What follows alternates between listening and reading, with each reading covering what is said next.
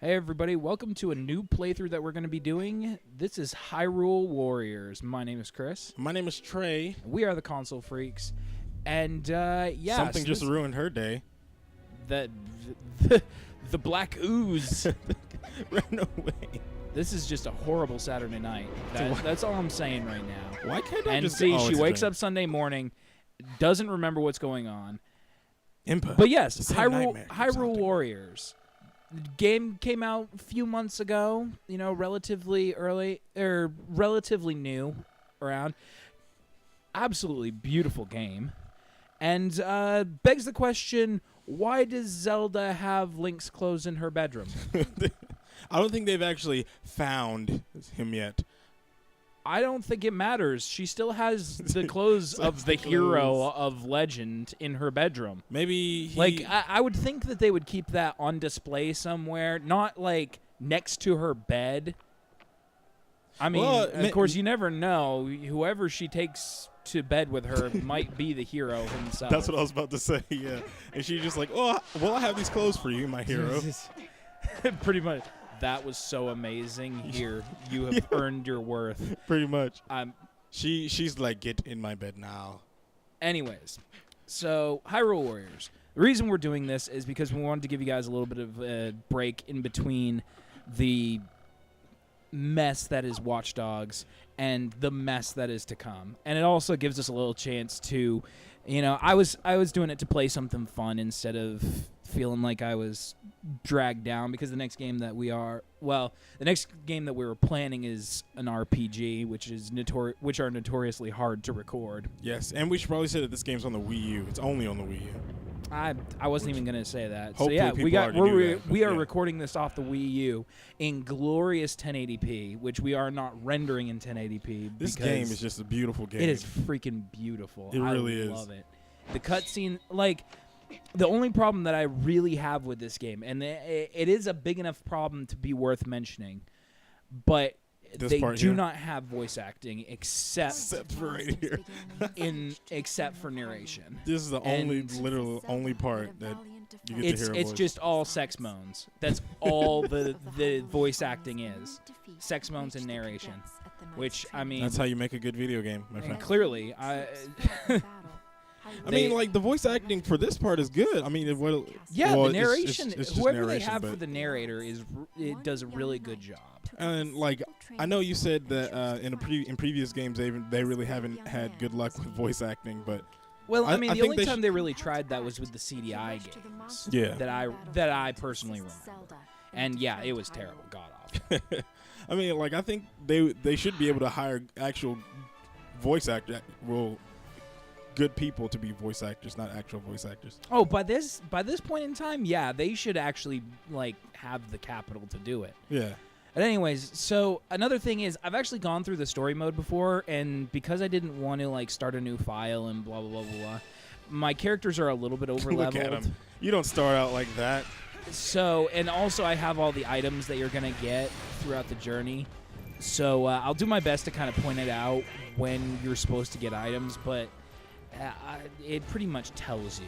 So exactly, how many hearts and stuff do you start off with whenever you first start the game? I have no clue, but it's 8 or something like that. It's a lot more than normal, which actually surprised me. That was something that really threw me off, because I'm so used to start a Zelda game, get 3 hearts. Start a Zelda game, get 3 hearts. Start a Zelda game, get 3 hearts. And I'm also used to only 2 bars of health, but from what I can gather, there's actually 3. If you get heart containers and heart pieces and all, level up your characters appropriately, they can get up to 3 bars of health. And speaking of which, I'm just going to go into this bit a little bit. In this game, it implements a level up system. Yep.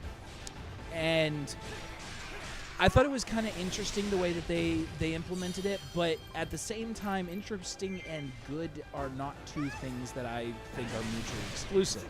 Mm-hmm. I think that as far as leveling up, it increases your attack power just a little bit, as you'd think, and after certain amounts, it increases your health. Standard stuff. Yep.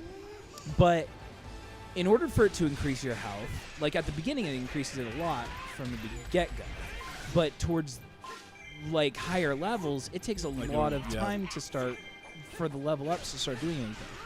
Also, there are certain characters that you have to level up a lot for them to do any damage in like adventure mode and stuff like that. Like you see Link's level 43, right? At the time that I'm recording this, at the time we're doing the commentary, I've leveled him up to almost 50. Volga. Yes, Captain McBroken over here, and I'll get into that in a minute.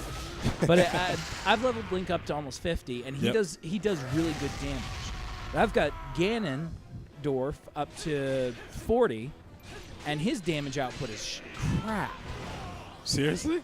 Absolutely terrible. I would expect his to be at least decent. It could be that I don't have very good weapons, but his damage output's just terrible. Mm-hmm. And so I have a hard time on adventure mode actually beating stuff. Get out of my way, boy. Now, this is a Hyrule Warriors exclusive character as far as I'm concerned. I haven't seen him in any other games. So this is Volga. If you get the DLC, he is a playable character. I believe it's the Master Quest DLC. Oh, so he doesn't come with the game? Okay. No, he's a DLC character. Gotcha. I purchased all the DLC when I first got here. I bought the Hero of Hyrule pack, which had all of the current, past, present, and future DLC packs. So if you don't buy the DLC, do you still fight him? Like, you still fight him. You still see him. Like, I'll get into this. With the way Hyrule Warriors is handling DLC, they started off and they had a pack of DLC. Yeah. And that was, I believe, the Master Quest pack. And that came with 3 playable characters, Sia, Wizrobe, and Volga. Mm-hmm. It came with an extension to the story mode, which I still haven't, to this moment, decided if I'm going to actually record. And it came with an adventure, the Master Quest adventure pack, as well as, or adventure map, as well as a extended level cap. So that's a pretty decent DLC. It's $10. Yep.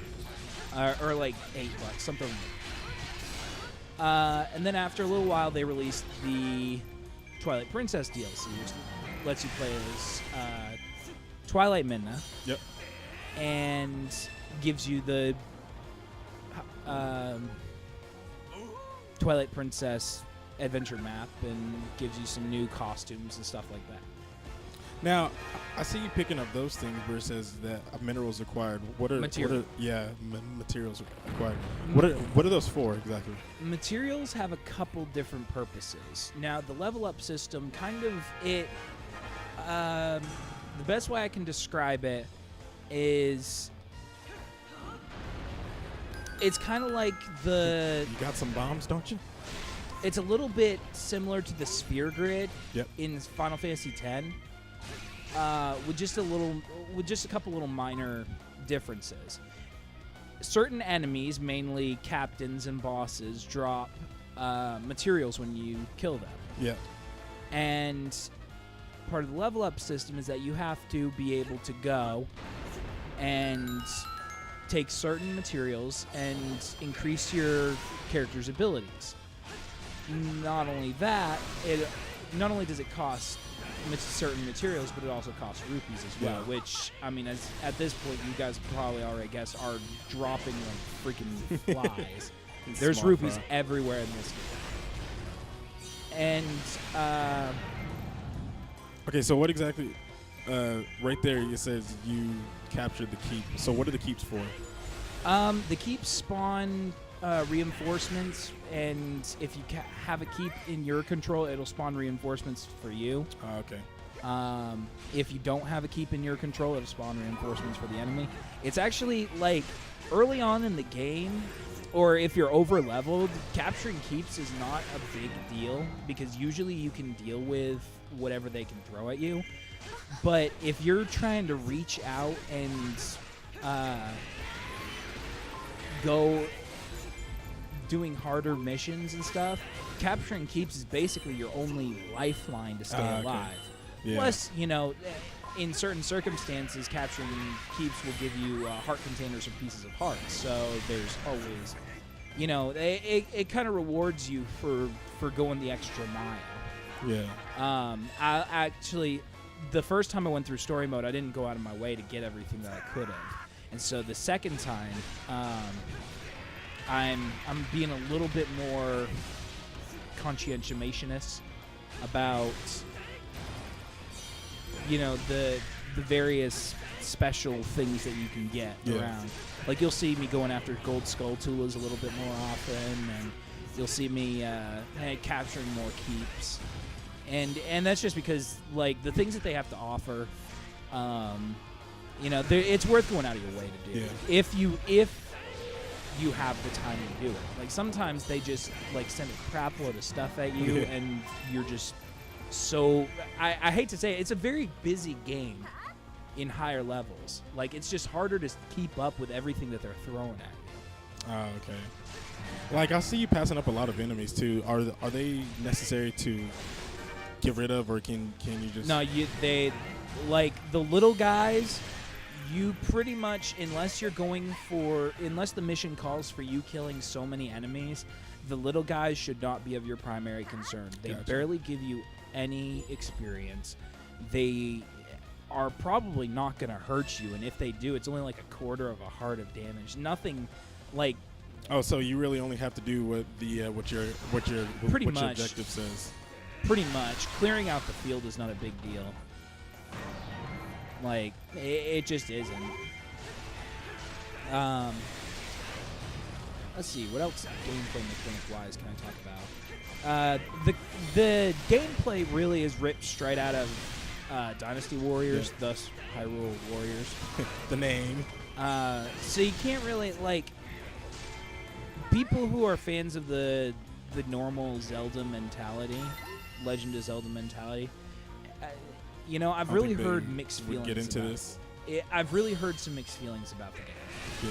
Legend of Zelda was Link to the Past was actually one of the first games I ever got the chance to sit down and play. And I played that. That was one of the games that summed up my childhood. Yeah. And I was really skeptical about Hyrule Warriors when it first came out. And it took a couple months for me to warm up to it. I saw a little bit of gameplay on it. Yeah. And it really started becoming something that I was increasingly interested in. It's the battle mechanics are really well implemented. I don't ever find myself like being limited on control, except for one instance. The final boss with Ganon. Yep. You have to use your various items to kill him. And sometimes it just doesn't want to let you use your items. And that kind of sucks because you need to do them at certain times. Yeah. Also, a lot of times you will see this Great Fairy show up as part of like the plot. You're supposed to go to the Great Fairy and she's supposed to do stuff for you. She is right now taking all of our bombs to blow up all of the enemies. Oh, that's nice. With that. Ooh, that's a big bomb. Just puts them all together pretty much. Yep, and watch the KO count. 545. They all died. So, why exactly did you have to do that? Because it wipes out a lot of the bulk of the enemy forces. Okay. So is that necessary? Yeah, it's part of the Okay. it's part of the mission progression. Gotcha. In the storyline missions, it's a lot more fleshed out. It has you do more than one objective. Whereas in like adventure mode, it's a little bit more streamlined or very more simplistic, where it's just you only have one objective to do. Yeah, I like how they kept at least that part where if you destroy the grass, like something will be there that'll help you. Yeah, well, yeah, that's. I mean, if they took that out of Legend of Zelda, I think people would have been really pissed. Yeah, probably. And now Ooh, it's time to Dodongo. bomb some Dodongos. Or King Dodongo. King Dodongo. Look at Bomb his some gold King scaly Dodongo. skin. Fire-breathing King Dodongo. He doesn't breathe fire. What are you talking about? Now, are some of the bosses hard? Like, would he be classified as a boss or like a mid boss or? He's a boss. Oh, he's a boss. The Okay. giant boss. Gotcha. Anything with a health bar is considered a boss. Big health bar at that. But the three giant bosses are considered King Dodongo, Goma, and Manhandle. Manhandling. But they're not really difficult. Yeah. Like, they go down pretty easy. I mean, if you've never played a Legend of Zelda game before, you might have a little trouble trying to figure out how to kill them. Yeah. But, I mean, any person that has played a Zelda game before, literally any Zelda game before, this is, like, completely familiar territory. They know how to kill them. They're just... Now with him, you made it seem like it was nothing. And Argarok. Okay. I forgot. I keep forgetting about him because he doesn't show up very often. Uh-huh. They throw King Dodongo, Manhandla, and Goma at you all the time. But the Argarok, they don't really do very much with. And that kind of makes me sad because he's one of my favorite bosses to fight in this game. Just because you use the hook shot and grab him and drag him down to the depths. Impa. But yeah, so that's basically all the mission is. You do the Okay. things that they tell you to do, and it goes on. And we have close to 20 parts, maybe more than 20. I don't know. Who knows? Cutscene. Who? Yes, Cutscene. I'm actually cutting out all of the menu stuff because I didn't want you guys to have to deal with that. Oh, okay. So you won't see the materials that I get or how long it took me to beat it, even though you can kind of guess. Impa, your sword. Also, this is where I'm supposed to get, my clothes, but I'm already wearing them because I already beat the game once. So is she gonna give you another pair? Yep. She literally just Sorry, Impa, but this is not my only outfit. Yeah. You must have 2 outfits. He Every just hero looks at her must like, has "Thank you." 2. But I already have one. Ah, yes. Exposition for those who don't know anything about the Zelda mythos. Also, it actually explains what everything Yeah, is. and It has been the object of countless battles. So basically, anybody can play this pretty much and sort of understand what's. yes and no. Yeah. There's sort a of. lot of little nuancy stuff that gets in about halfway through that a person that has not played the series before or Yeah. doesn't know about the series wouldn't really be able to understand because it takes characters from other games, namely Ocarina of Time, Majora's Mask, and Twilight Princess. Yeah. And it takes characters from those games and brings them in. Though, let me think here. Majora's Mask, the only characters from Majora's Mask that are in the game are DLC characters, which are well worth it. Holy crap. I played as Tingle for the first time the other day. Tingle. He's amazing. Does so much damage in crowds. Seriously? Yes. I would have never thought that he would have. No, I would consider him the most powerful joke character I've ever seen. Oh my gosh. But it looks like this is the end of the part. So thank you guys for watching. We will see you guys next time. Goodbye.